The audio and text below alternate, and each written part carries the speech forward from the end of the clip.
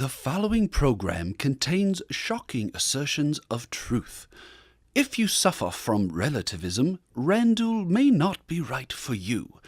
Check with your local guru.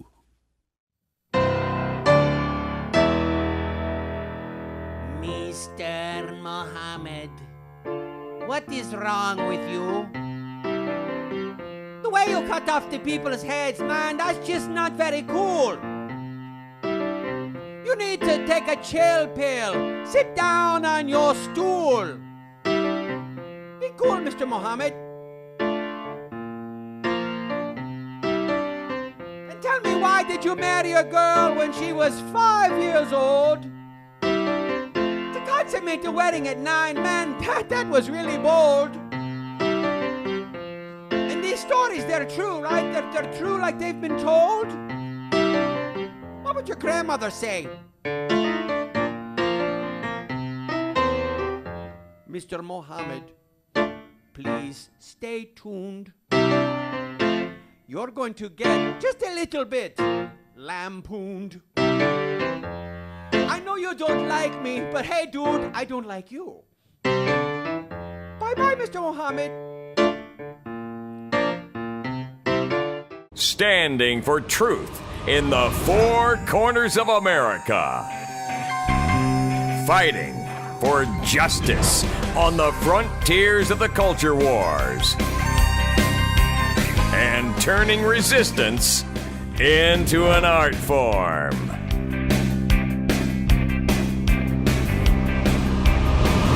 Randall I'm coming toward the light. It's so beautiful. It's so beautiful. Toward the light. Granny. Granny.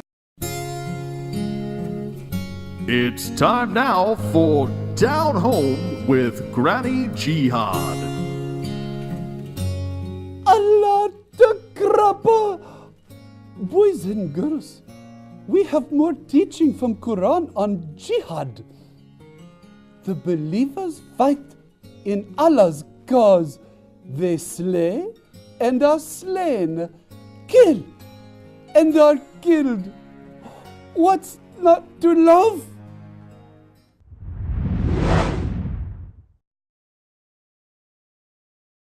Welcome to today's program, friend. One of our duties, if we are going to accurately investigate any religion, any group, any club, anything, is to allow that group to speak for itself.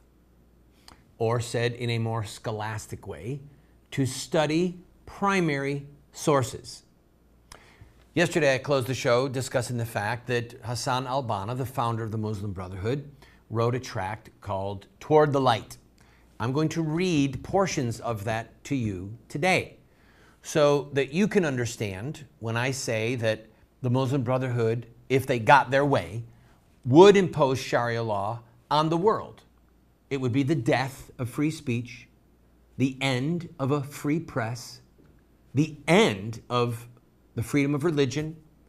Basically, it would be the total Islamization of every Muslim country and then the entire world, according to Sharia law. Complete with the legal penalties for the slightest infraction. They want that. I'm going to show it to you in just a minute. And one other thing that would be of interest to you in today's world.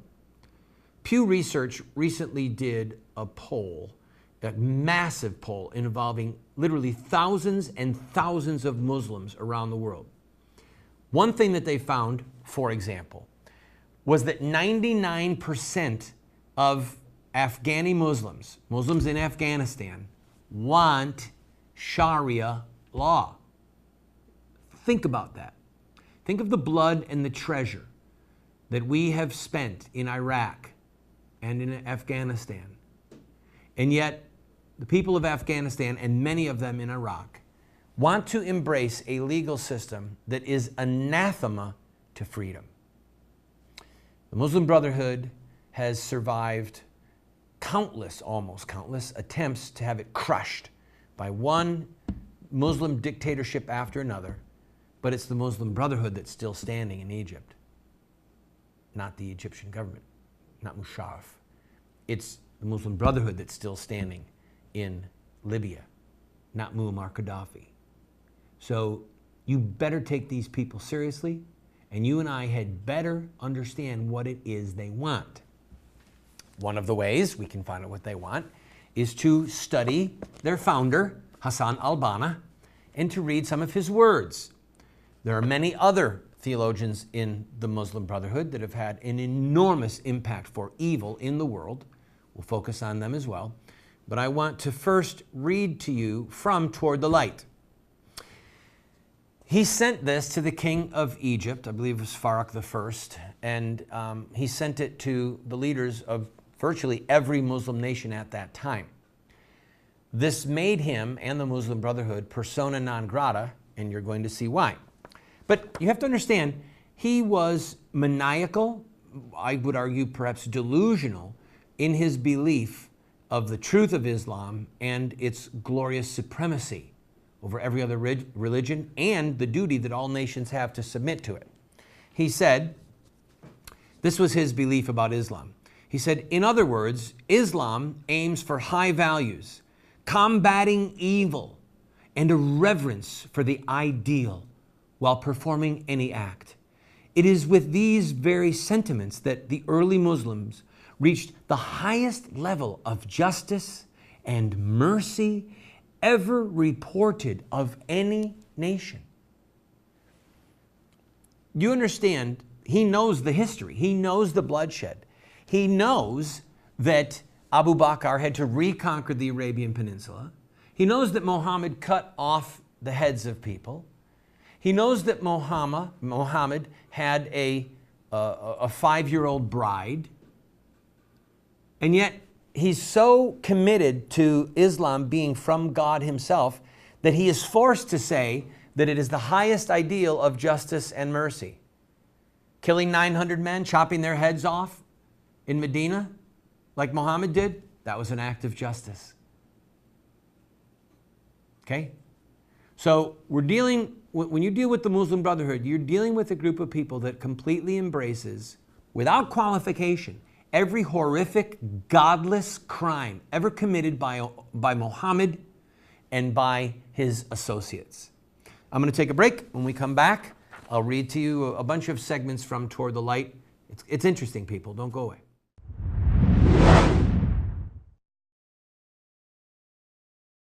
My wife and I, for 5 years, have been grinding our own wheat and baking our own bread from scratch. Within 2 hours, you can have fresh wheat in your hand and then piping hot bread come out of the oven. The most nutritious and delicious bread you will ever have. And we do it for under $1 a loaf. Call Paula's Bread and find out about this grain mill and the mixer and how it can save you money and change your life. Do you want to have knowledge, wisdom, discernment?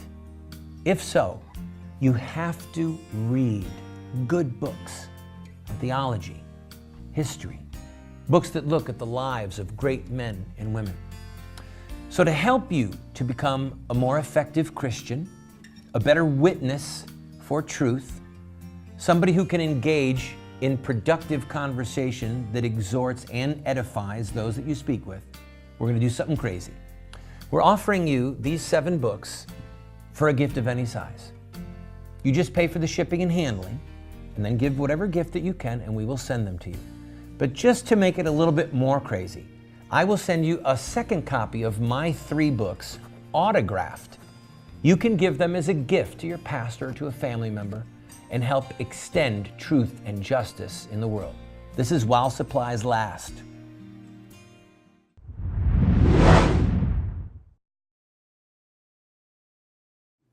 Welcome back, friend. All right, Hassan al-Banna wrote Toward the Light. It speaks of the glories and the wonders of Islam in science, in healthcare, in the education of children, protection of religious minorities. He actually believed that. It was almost funny to read that. Again, you can find this document online if you want to read it. So he ends the document and this is where he really gets in trouble with the political players of his age, some steps toward practical reform. Your Excellency, having given a clear presentation of the spiritual sentiments that should prevail within the nation in its modern renaissance, we would like to point out, by way of conclusion, some of the practical manifestations and results which these sentiments should dictate. He continues, following are the principal goals of reform founded on the spirit of genuine Islam. Please note, he recognizes, as we all should, that there is such a thing as true historic Orthodox Islam, and then there's the phony, okay? The real is seen in the life of Muhammad, in the life of his early companions, and the phony is seen, according to the Islamic construct, the phony is seen in those who do not mimic Muhammad and follow Muhammad's words and obey the Sharia law. So, here we go. Political, judicial, and administrative goals. An end to party rivalry and directing the political forces of the nation into a unified front. Get rid of all party politics and move towards unity, not just in, and you'll see this is not just in Egypt, because he sent this to basically every Muslim nation in the world at that time, but toward reconstructing one ummah, one political body politic. Amending the law such that it conforms to all branches of Islamic legislation. There it is. We want Sharia law back. Amending the law so that it conforms to all branches of Islamic legislation. Reinforcing the armed forces and increasing the number of youth groups, igniting in them the spirit of Islamic jihad. So here we see it plain and simple. We want to get to kids to teach them to be the mujahideen, the holy warriors of Islam, who are prepared to kill and be killed to extend Islam. Oh, this is where he gets in real trouble. Strengthening the ties between all the Islamic countries, especially the Arab countries, to pave the way for a practical and serious consideration concerning the departed caliphate. He wants to restore the caliph. You have to have one nation to have one caliph. And this was not met with happiness in Saudi Arabia, in Egypt, in various Muslim nations. Here's one that also got him in trouble. Weighing all governmental acts in view of Islamic rules and teachings. National holidays, receptions, official conferences, prisons, and hospitals should all be compatible with the Islamic teachings. Hours of work should be arranged such that they do not conflict with the Salah times, which has to do with Islamic holy days and prayer times. So we have Islamic prisons. So in prison, if you are a Muslim and you convert to Christianity, depending on which part of Sharia law you study, you are beaten for days. If you're a woman, you're beaten again and again and again and again until you renounce your Christianity and come back to the faith. That's how they want prisons to be run. Here's one. To deal with the woman issue in a way which would both elevate her position and provide her protection in accordance with the Islamic teachings, so that this issue, socially the most important, is not left at the mercy of biased pens and unorthodox notions of those who are either deficient or excessive in their opinions. All right, I'm going to take a quick break. When we come back, we will finish up reading from Toward the Light and then tell you how Hassan al-Banna met his end. Glory, martyrdom, immortality. He got what he wanted.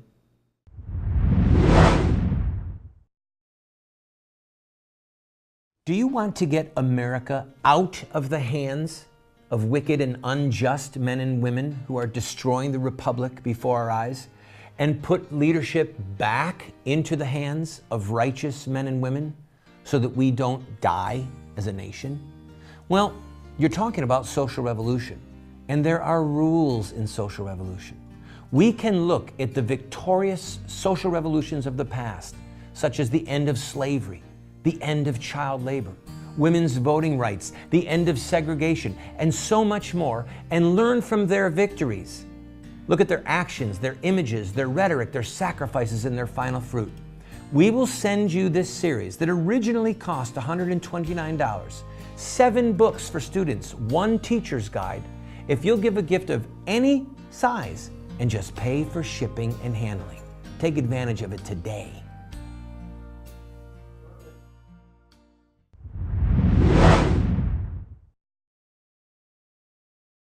Welcome back to the program, friend. If you just joined us, we are doing a multi-part series on the Muslim Brotherhood, really in depth. And if you are interested in that, go to our website, voiceofresistance.com, where you will be able to watch this entire series beginning to end. And I promise you, you are learning more, or you will learn more about the Muslim Brotherhood in that series than probably anything that you have seen on television to this date. All right. Let's continue. By the way, I'm reading from Toward the Light, written by Hassan al-Banna and sent to various leaders of the Muslim world after the breakup of the Ottoman Empire. He continues. He wants an end to gambling in all its forms, games, lotteries, racing, and casinos. A campaign against drinking, similar to the one against drugs. Its prohibition and the salvation of the nation from its effects. The prohibition of free mixing between male and female students, and to consider privacy between a non-mahram, which is a marriageable man, and a female, a punishable crime. The closure of morally undesirable ballrooms and dance halls, and the prohibition of dancing and other such pastimes. The inspection of cinemas and theaters, and a rigorous selection of play scripts and film rolls. The censorship of songs, and a rigorous selection and inspection of them. The careful selection of lectures, songs, and subjects to be broadcast to the nation. The use of radio broadcasting for the education of the nation in a virtuous and moral way. Due consideration for the claims of the moral censorship and punishment of all who are proved to have infringed any Islamic doctrine or attacked it, such as breaking the fast of Ramadan, willful neglect of prayers, insulting the faith, and similar such matters. Merging the elementary village schools with the mosque, and a thoroughgoing reform of both as regards employees, cleanliness, and overall custodial care, so that the young may be trained in prayer and the older generation in learning.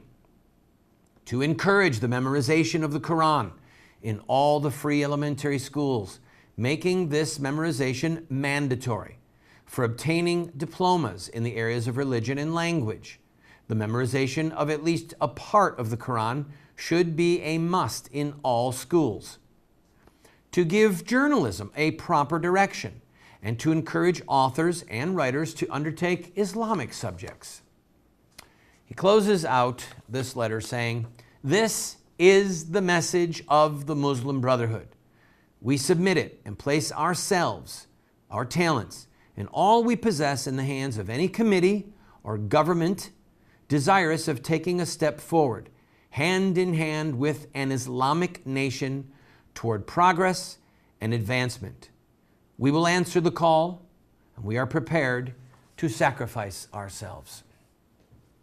These are excerpts, if you just join me, from Toward the Light, written by the founder of the Muslim Brotherhood. Do you want to know what the Muslim Brotherhood wants? Here it is. The end of a free press, the end of freedom of religion, the punishment of people who criticize Islam. I would be executed if this man had his way for doing this series, showing the truth about Muhammad and about the Muslim Brotherhood. If we do not know our enemy can prevail.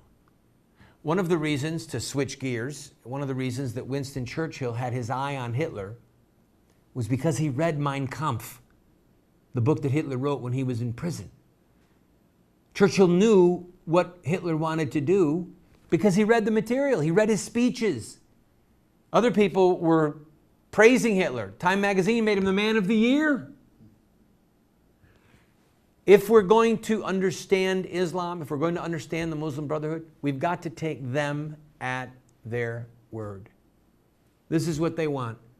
And you and I had better understand that they are a threat to freedom. When I come back from this break, we'll tell you how Hassan al-Banna died. And then what happened next.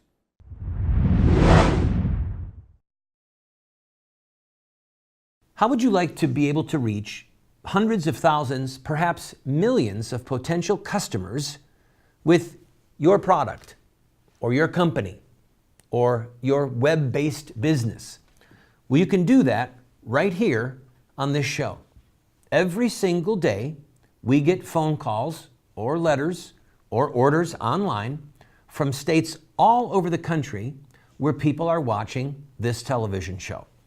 Right now, we are seen in 45 cities at 8:30 p.m. Eastern Time every night, and then a rerun again at 12:30 midnight. You can reach them using this show at advertising rates that are so inexpensive, it would blow your mind.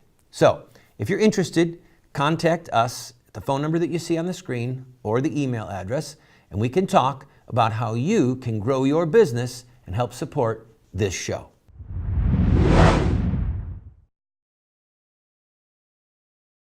Welcome back to the program, friend.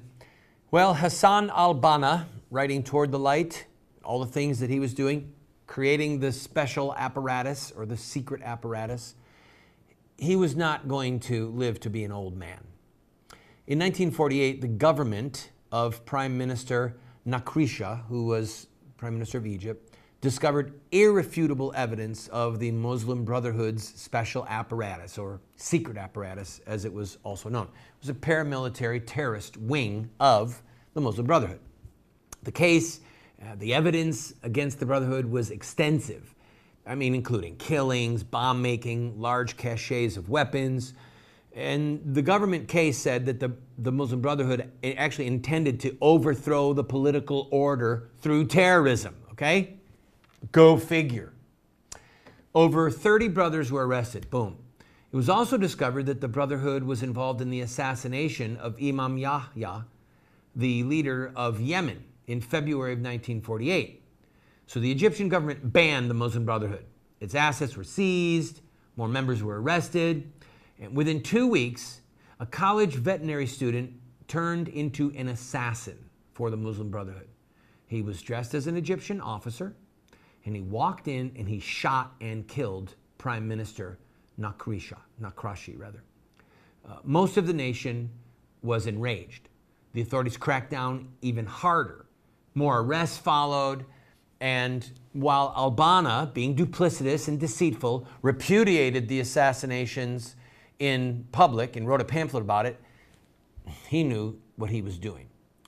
Another member of the Muslim Brotherhood then tried to blow up the building that had all of the evidence, the legal evidence against the Muslim Brotherhood that was in their custody.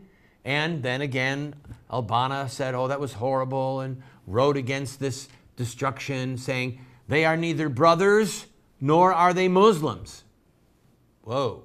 Now he's repudiating his brothers and saying that they're not even Muslims. Well, this enraged many Brotherhood members and caused Nakrashi's assassin to lose heart. He cracked. He answered questions under interrogation, and he started a string of confessions. He started naming names.